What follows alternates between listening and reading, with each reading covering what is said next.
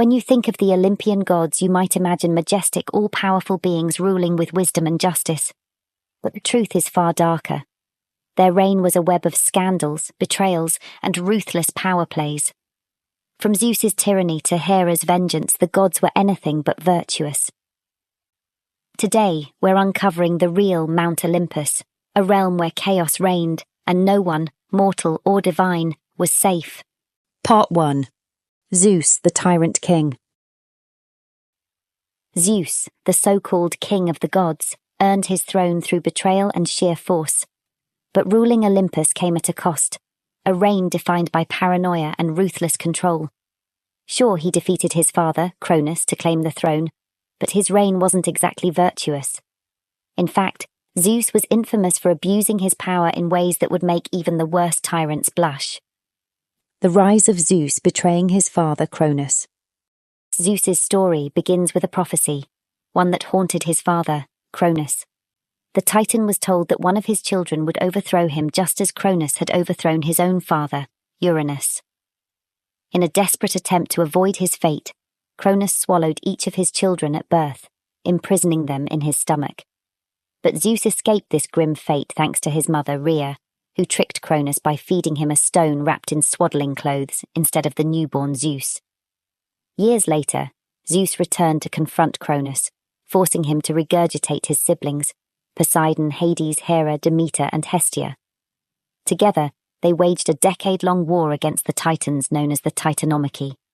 The Titans were defeated, and Zeus claimed the throne of Olympus. This victory, however, was not without its costs.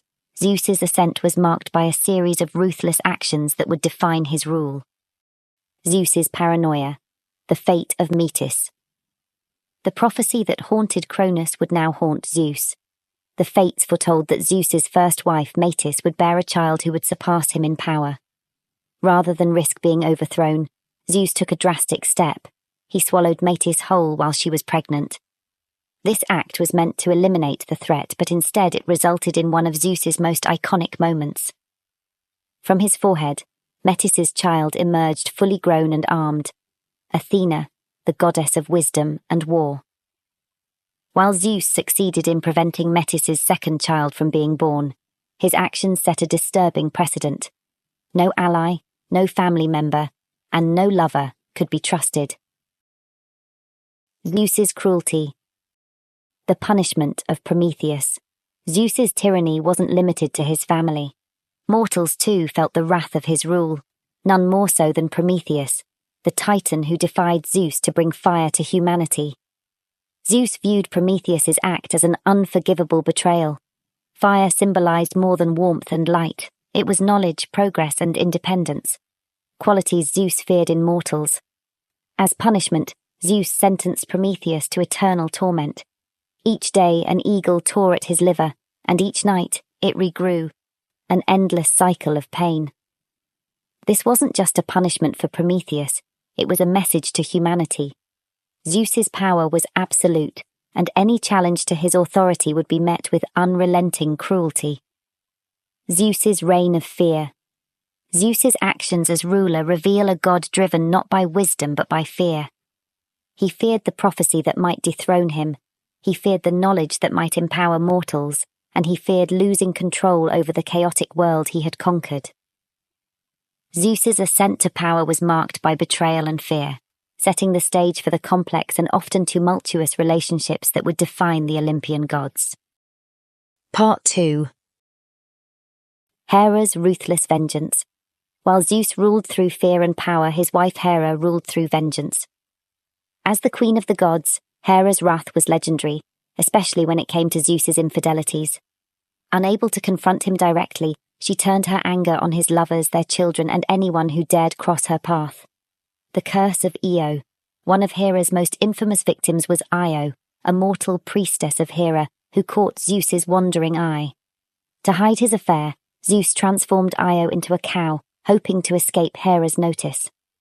But Hera wasn't so easily fooled.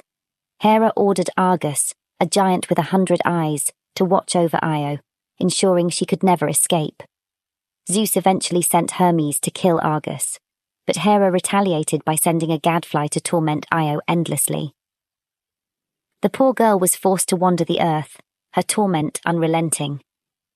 For Hera, Io wasn't just a victim, she was a symbol of Hera's power to punish. It didn't matter that Io was innocent. Hera's vengeance was about making Zeus, and anyone else, understand the cost of betrayal. Hercules' torment. Hera's wrath wasn't limited to mortal women. The children of Zeus's affairs also bore the brunt of her fury. None more so than Hercules, Zeus's most famous son.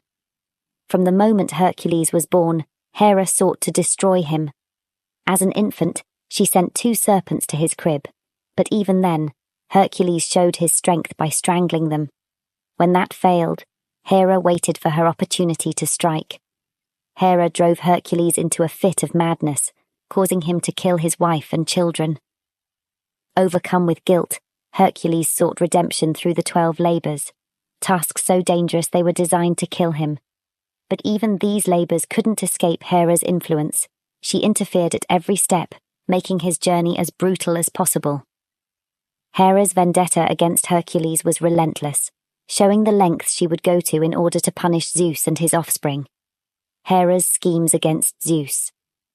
Hera once enlisted Poseidon, Apollo, and Athena to overthrow Zeus, chaining him to his throne in a rare moment of weakness. But Zeus's loyal servant Thetis freed him, and his retribution was swift and merciless. Hera was chained in the sky with golden shackles as punishment, left to dangle in humiliation. This failed coup revealed the cracks in Olympus's foundations. Even among the gods, alliances were fragile, and power struggles were never far from the surface. But Hera wasn't the only Olympian driven by ambition and anger. Mount Olympus was a battlefield of egos where family ties meant little and betrayal was inevitable. Part 3. Family feuds and betrayals. On Mount Olympus, the gods were not one big happy family. In fact, their relationships were rife with jealousy, betrayal, and constant power struggles. While mortals prayed to them for guidance and protection, the Olympians themselves were often at war with one another and Mount Olympus as a battlefield. The gods turned on each other as often as they united, each driven by ambition and pride. Athena versus Poseidon, the battle for Athens. One of the most famous rivalries on Mount Olympus was between Athena, the goddess of wisdom, and Poseidon, the god of the sea. Their feud came to a head when both sought to become the patron deity of a new city in ancient Greece. Poseidon offered the city a saltwater spring, a display of his power over the sea. Athena, however, presented an olive tree, a symbol of peace, prosperity, and sustenance. The citizens chose Athena, naming their city Athens in her honour. Poseidon was furious at losing to Athena, and his grudge led to centuries of animosity between the two gods. Their rivalry became a cautionary tale about the dangers of pride and competition, even among immortals. Hephaestus and Hera. A son's revenge. Another betrayal came from within Hera's own family, this time at the hands of her son, Hephaestus. The god of fire and craftsmanship, Hephaestus was born with a physical deformity, which led Hera to cast him out of Olympus in shame. But Hephaestus survived and grew into a master craftsman, his skills unmatched by any other god. Years later, he sought revenge on Hera for her cruelty. Hephaestus created a golden throne and sent it to Hera as a gift. But the throne was a trap. Once Hera sat on it, she became bound by unbreakable chains. None of the gods could release her, and Hera's humiliation was complete. This act of defiance proved that even the most powerful gods could be brought low by their own children. The judgment of Paris, the seed of the Trojan War. Perhaps the most destructive feud among the gods was the one that led to the Trojan War, a conflict sparked by vanity and jealousy. It all began with a golden apple inscribed with the words "to the fairest" by none other than the Greek goddess of discord Eris. The apple was claimed by 3 goddesses, Hera, Athena, and Aphrodite. Unable to decide who deserved it, they turned to a mortal prince, Paris of Troy, to make the judgment. Paris chose Aphrodite, swayed by her promise of Helen, the most beautiful woman on earth. But this decision enraged Hera and Athena. setting in motion a chain of events that would lead to the Trojan War. The judgment of Paris was more than just a spark for war. It was a reflection of the gods' own pettiness, their willingness to manipulate mortals to settle their own disputes. The gods at war. These feuds reveal the dark truth about Olympus. The gods were as flawed and selfish as the mortals they ruled. Their rivalries didn't just cause chaos on Mount Olympus. They spilled into the mortal world, shaping history, myths, and countless tragedies. But the Olympian gods didn't just betray each other. They betrayed the mortals who worshipped them, often for sport, vengeance, or sheer entertainment. The Olympian gods often claimed to be protectors of humanity, but their actions told a very different story. Time and again, mortals became pawns in the gods' games, victims of their wrath, their schemes, and even their boredom. Part 4. Mortals as pawns. The tragedy of Pandora. The story of Pandora is a chilling example of the gods' willingness to manipulate mortals for their own ends. She wasn't a gift to mankind, she was a punishment, crafted by divine hands to bring about humanity's downfall. After Prometheus defied Zeus by stealing fire and giving it to humanity, Zeus sought revenge, not on Prometheus alone, but on all of mankind. He ordered Hephaestus to create Pandora, a woman of breathtaking beauty, and instructed the other gods to give her irresistible qualities and one dangerous trait, curiosity. Pandora was sent to Earth with a jar she was told never to open. Unable to resist, she unleashed untold suffering on humanity. This act of vengeance shows the gods' cruelty, not just punishing the guilty, but condemning an entire race for one being's defiance. Pandora was no gift.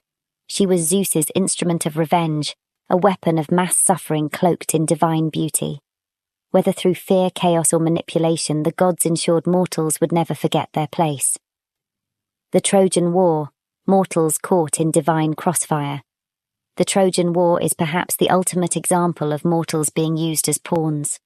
What began with the judgment of Paris turned into a bloody 10-year conflict, manipulated at every step by the gods. The gods didn't just choose sides, they used the war to settle their own grudges.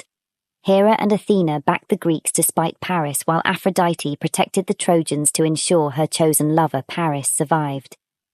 Even Zeus played a double game, alternating between aiding both sides to maintain balance, or chaos. Heroes like Achilles, Hector, and Odysseus found their fates intertwined with the whims of the gods. Achilles' invincibility came from his divine mother, Thetis, yet it was Apollo who guided the fatal arrow to his heel. Even Odysseus's long journey home after the war was drawn out by Poseidon's vendetta against him. The labours of Hercules, a divine test of endurance. Even heroes like Hercules, the son of Zeus, weren't spared from being used as pawns in divine schemes. After Hera drove him mad, leading to the death of his family, Hercules sought redemption through the 12 labours, tasks that were as much about proving his worth to the gods as they were about atoning for his sins. Each labour was designed to be impossible, yet Hercules completed them all. His journey revealed not just his strength, but the gods' tendency to use mortals to settle scores and accomplish their own goals. Even in victory, Hercules remained a pawn in their endless games. The gods' amusement, playing with mortals' lives. Cassandra, a Trojan princess, was blessed by Apollo with the gift of prophecy. But when she rejected his advances, he cursed her so that no one would believe her predictions. Her foresight became a torment, as she foresaw the fall of Troy but could do nothing to stop it. In stories like these, the gods appear less as protectors and more as sadistic overlords, toying with mortals for their own gain, or simply their amusement. Through these tales, a troubling truth emerges. The Olympian gods, despite their immense power, often acted no better than the mortals they ruled over. They manipulated lives, waged petty vendettas, and punished even minor slights with disproportionate cruelty. Mortals were not just worshippers, they were tools, pawns in the gods' endless quest for dominance, revenge, and entertainment. Yet these myths also highlight the resilience of humanity. Despite being at the mercy of capricious deities, mortals persisted, building civilizations, telling stories, and seeking meaning in a world where the gods themselves seemed more human than divine.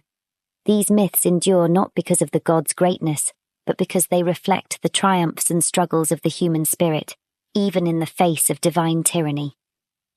Thank you for joining me on this journey into the dark secrets of the Olympian gods.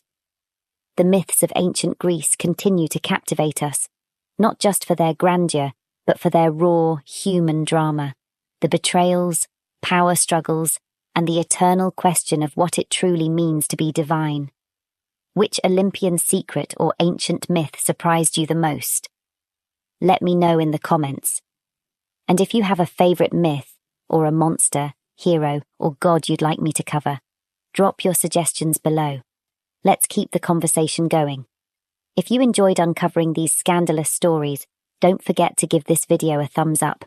It really helps the channel grow. And if you haven't already, hit that subscribe button and ring the bell to stay updated on all our mythological deep dives. Until next time, remember, even the gods have their secrets. Thanks for watching, and I'll see you in the next video.